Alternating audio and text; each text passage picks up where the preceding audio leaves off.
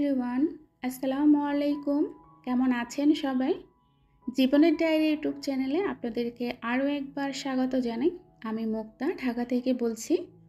দেশ এবং দেশের বাইরে যে যেখান থেকে ভিডিওটি দেখছেন, আশা করি সবাই ভালো আছেন। আলহামদুলিল্লাহ, আমরাও বেশ ভালো আছি।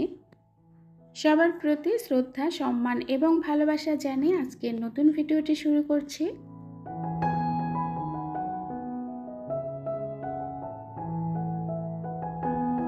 কিছু ছোট ছোট অভ্যাসই বদলে দিতে পারে সংসারের প্রতিচ্ছবি। আমরা মানুষ হচ্ছে অভ্যাসের দাস। নিজেকে যেভাবে গড়ে তুলব সেভাবেই কিন্তু হবে।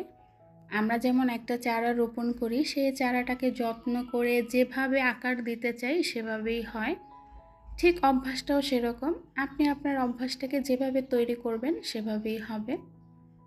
ঘুম থেকে ওঠার পর একই নিয়ম ধারায় কাজ করা, সেটা কিন্তু আমাদের অভ্যাস হয়ে গিয়েছে, অভ্যস্ত হয়ে গিয়েছি।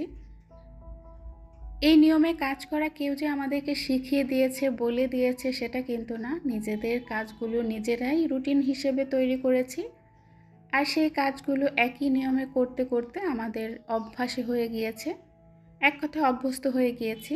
একজন গৃহিণীর সকালে ঘুম থেকে ওঠার পর অনেক কাজ থাকে, আর আমরা সবাই জানি যে কোন কাজটার পর কোন কাজটা করতে হবে। তাই তো আমাদের সংসারের কাজগুলো খুব কম সময়ের মধ্যে আমরা করতে পারি। তো যাই হোক, আমি কিন্তু সকাল থেকে অনেকগুলো কাজ করেছি, সেটা ক্যামেরা বন্দি করা হয় নাই। তো সকালবেলা ঘুম থেকে ওঠার পর কিছু কাপড় ধোয়া ছিল, সেগুলো বারান্দায় শুকাতে দিয়ে একদম সোজা চলে এসেছে রান্নাঘরে। সংসারের বাকি কাজগুলো তো করে নেওয়া হয়ে গিয়েছে, ওগুলো অফ ক্যামেরায় করে ফেলেছি।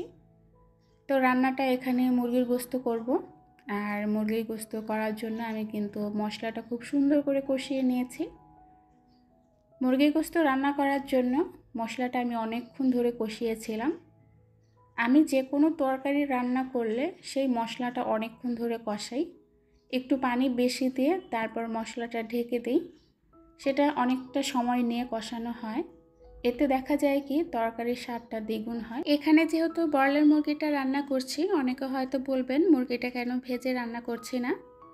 এর আগেও আমি ভিডিওতে বলেছিলাম মুরগি ভেজে রান্না করলে আমার বাচ্চারা একদমই পছন্দ করে না, একটু শক্ত টাইপের হয়ে যায়, তখন দেখা যায় কি চিবিয়ে ফেলে দেয়। তো সেজন্য আমি এইভাবেই রান্না করি। আর কিছু আলু দিয়েছি, আলু বলতে একটা আলু দিয়েছিলাম কয়েক টুকরো করে। আলুটা আমি আগে কষিয়ে নিয়েছি মশলার সাথে, তারপরে মুরগির গোস্তটা দিয়ে দিয়েছি।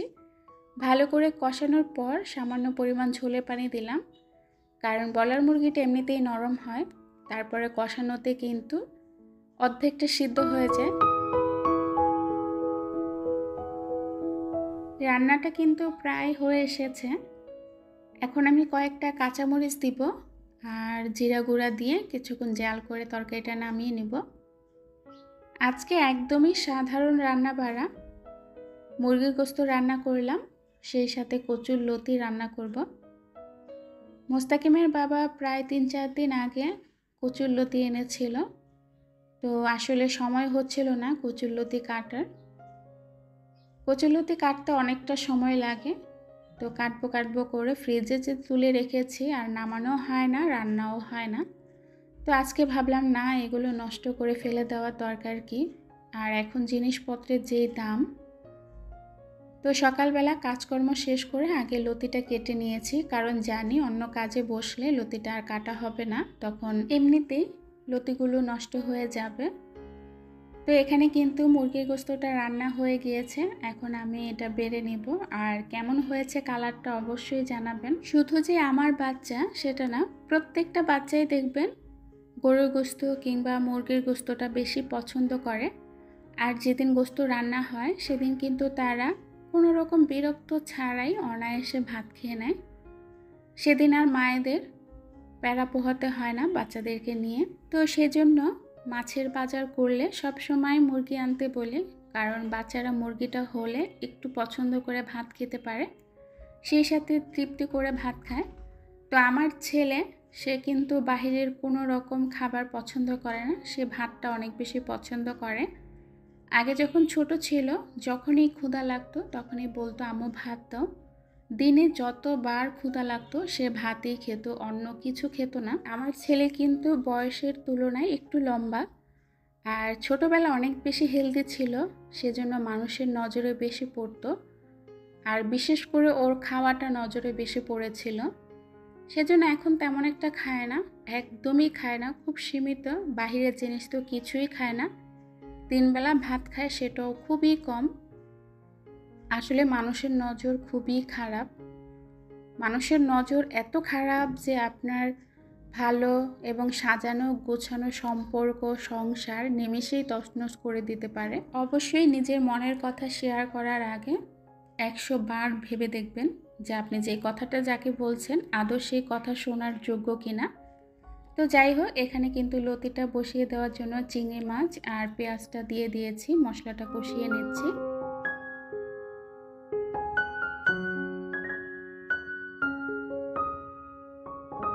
এরই মধ্যে লতির জন্য মশলাটা খুব সুন্দরভাবে কষানো হয়ে গিয়েছে। আমি কিন্তু অনেকটা সময় নিয়ে লতির মশলাটা কষিয়েছি। তো এখন লতিগুলো দিয়ে দিব। লতি রান্না করার ক্ষেত্রে কোনো রকম আলাদা পানি ব্যবহার করি না। যে মশলাটার মধ্যে লতিটা দিয়েছি এই মশলা দিয়েই কিন্তু আমি সবসময় লতি রান্না করি, আর সবসময় মিডিয়াম গ্যাসে লতি রান্না করি। তো লতিটা বসিয়ে দিয়ে কিন্তু সংসারে অনেকগুলো কাজ করা যায়। হ্যাঁ, আপনারা অনেকে হয়তো লতিতে পানি দিয়ে রান্না করেন। আমি অনেক আপুদের ভিডিওতে দেখেছি তারা লতিতে পানি দিয়ে রান্না করে। তবে আমার কাছে মনে হয় কি যে এইভাবে লতিটা রান্না করলে একটু বেশি ভালো লাগে, বেশি মজা হয়। তো এর মধ্যে কিন্তু লতিটা হয়ে গিয়েছে, অনেকটা সময় নিয়েছে লতিটা রান্না করতে।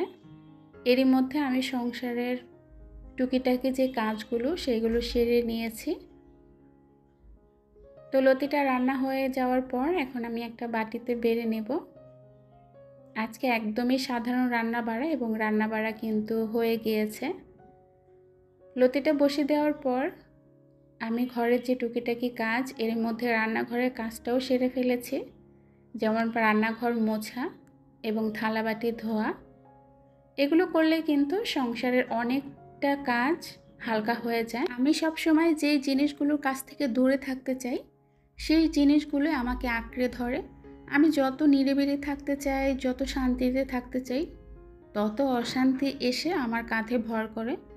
দেখুন 3 দিন 4 দিন পর একটা ভিডিও আপনাদের সাথে শেয়ার করছি, একটু নিরিবিলি আপনাদের সাথে গল্প করব, সেটার সুযোগ নেই। কত শব্দ, কত ঝামেলা যে ফেস করে আপনাদের সাথে গল্প করতে হয়, কি আর বলবো। যাই হোক, সব কিছু নিয়ে আপনারা আমাকে ভালোবাসেন সেটা আমি জানি। তো তারপরে লম্বা একটা বিরতি দিয়েছি, দুপুরবেলা ঘুমিয়েছিলাম, খাওয়া দাওয়া শেষ করে বিকেলে চলে এসেছি নাস্তা করব। অবশ্যই হয়তো আপনারা ভাবছেন যে গরম পানিতে কেন আমি রুটি দিচ্ছি। হ্যাঁ, এটা দিয়ে আমি একটা ইউনিক নাস্তা করব, আর সেটা আপনাদের সাথে অবশ্যই শেয়ার করব। তো আসলে এটা কিন্তু আমি ভিডিও দেখে শিখেছিলাম ইউটিউবে। তো সেখানে এই যে রুটি বানিয়ে গরম পানিতে ডুবিয়ে তারপর একটা নাস্তা বানানো হয়। তো আমিও সেটা ফার্স্ট ট্রাই করলাম এবং খুব বেশি সুন্দর হয়েছে। আপনারা শেষ পর্যন্ত দেখবেন, তাহলে বুঝতে পারবেন। আর এত সুন্দর একটা নাস্তা তৈরি করা যায় সত্যিই আমি জানতাম না, খুব বেশি টেস্টি। কিন্তু বাহির থেকে কেনার চেয়ে আপনি ঘরে একটু সময় নষ্ট করে যদি এই নাস্তাটা তৈরি করেন, দেখবেন অনেক বেশি ভালো লাগবে। তো এখানে আমি গাজর নিয়েছি, আলু নিয়েছি, পেঁয়াজ নিয়েছি, ডিম নিয়েছি এবং গরুর গোশতের 2টা টুকরা নিয়েছি। সব কিছু কেটে একদম রেডি করে নিয়ে চলে এসেছি। এর মধ্যে কিন্তু আমার রুটিটাও ঠান্ডা হয়ে গিয়েছে। এটা যেহেতু আমি ফুটন্ত গরম পানিতে 5 মিনিট ফুটিয়েছিলাম। এখন রুটিটা ভাঁজ করে এটা আমি একদম নুডলসের শেপে কেটে নেব, তবে নুডলসের চেয়ে একটু মোটা কাটবো। এভাবে কেটে সবগুলো আমি কিন্তু ঠান্ডা পানিতে ধুবো। আমি আগের রুটিটা ঠান্ডা পানিতে কিন্তু ধুই নাই, পরে যখন এগুলো সব কাটা হয়ে যাবে তখন ঠান্ডা পানিতে ধুয়ে নেব। তাহলে দেখা যায় কি খুব বেশি সুন্দর হবে, একদম ঝরঝরা হয়ে যাবে।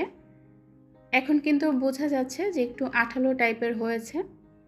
যখন এটা ঠান্ডা পানিতে ধোয়া হবে তখন কিন্তু একদম ঝরঝরা হয়ে যাবে।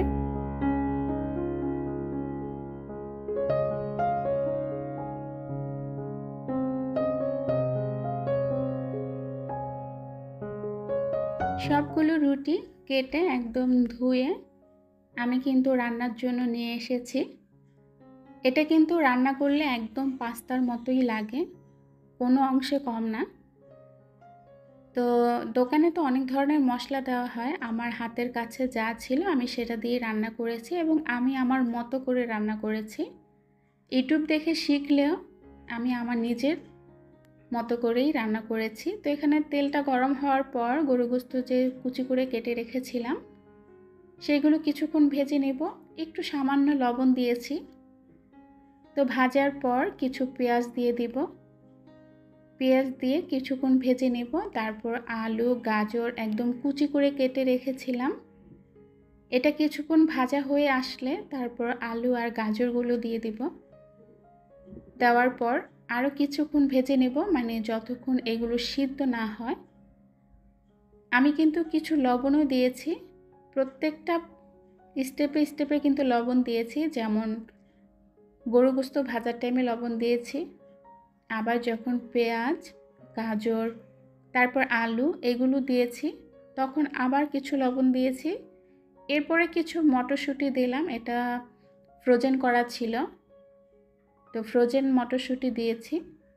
খুব ভালো করে যখন ভাজা হয়ে যাবে তখন একটা ডিম দিয়ে দিব। আসলে আমরা নুডলস যেভাবে রান্না করি ঠিক সেভাবেই, এটা যার যার মতো যে যেভাবে রান্না করে। তো এভাবে রুটি বানিয়ে তারপর রান্না করে যে খাওয়া যায় সত্যি অবিশ্বাস্য এবং খুব বেশি মজার। একটু সময় লাগে, যেমন এই কাজগুলো হচ্ছে বাড়তি কাজ, সংসারে কাজকর্ম করে অনেকের কিন্তু এই কাজগুলো করতে ইচ্ছে করবে না, কারণ সংসারে আমাদের অনেক কাজ করতে হয় সারাদিন। এত কাজগুলো করার পরেও এই বাড়তি কাজগুলো অনেকেরই করতে ইচ্ছে করে না, আমারও করে না। তবে নতুন যেহেতু দেখলাম ভাবলাম ট্রাই করা যাক এবং আপনাদের সাথেও শেয়ার করা যাক। তো ডিম দেওয়ার পর এখন খুব ভালো করে ভেজে নেব। এইভাবে রুটিগুলো বানিয়ে কিন্তু ফ্রোজেন করাও যায়। এই ইউনিক রেসিপিটা আমরা কিন্তু অনেকভাবে তৈরি করতে পারি, যেমন সন্ধ্যার নাস্তায় কিংবা বাচ্চাদের টিফিনে, আবার কোনো মেহমান আসলে তাকেও এটা দিয়ে আপ্যায়ন করা যাবে। নাস্তাটা সত্যি অনেক বেশি মজার। তো ঘরে কিছু প্যাকেটের সস ছিল, সেই সস দিয়ে দিলাম আর মশলা দিয়ে দিলাম। আমি কিন্তু এটার জন্য আলাদা ম্যাগি মশলা কিনে এনেছিলাম বাজার থেকে। তো যাই হোক, এখানে কিন্তু রান্নাটা একদম কমপ্লিট হয়ে গিয়েছে। অবশ্যই আপনারা একদিন রান্না করে দেখবেন, খুব বেশি ভালো লাগে। কিন্তু মানুষের শেখার কোনো শেষ নেই, আসলে কথাটা সত্যি। তো আমাদের রান্নাবাড়া কিন্তু একদমই শেষ, এবং আমার ভিডিও শেষ পর্যন্ত যারা ছিলেন আপনাদের মূল্যবান সময়টা আমাকে দিয়েছেন, আপনাদেরকে আরও একবার জানাই অসংখ্য ধন্যবাদ। আর যারা টেনে স্ত্রী ভিডিও দেখেন তাদের কাছে অনুরোধ থাকবে আপনারা ভিডিওগুলো দেখবেন না। তো আজকের ভিডিওটা কেমন হয়েছে অবশ্যই কমেন্টসে জানাবেন। আপনাদের সবার প্রতি ভালোবাসা জানিয়ে আজকের ভিডিওটা এখান থেকে শেষ করব। সবাই দোয়া করবেন আমাদের জন্য, আমরা যাতে ভালো থাকি এবং পরবর্তীতে নতুন ভিডিও নিয়ে আপনাদের সামনে হাজির হতে পারি। আল্লাহ হাফিজ, আসসালামু আলাইকুম।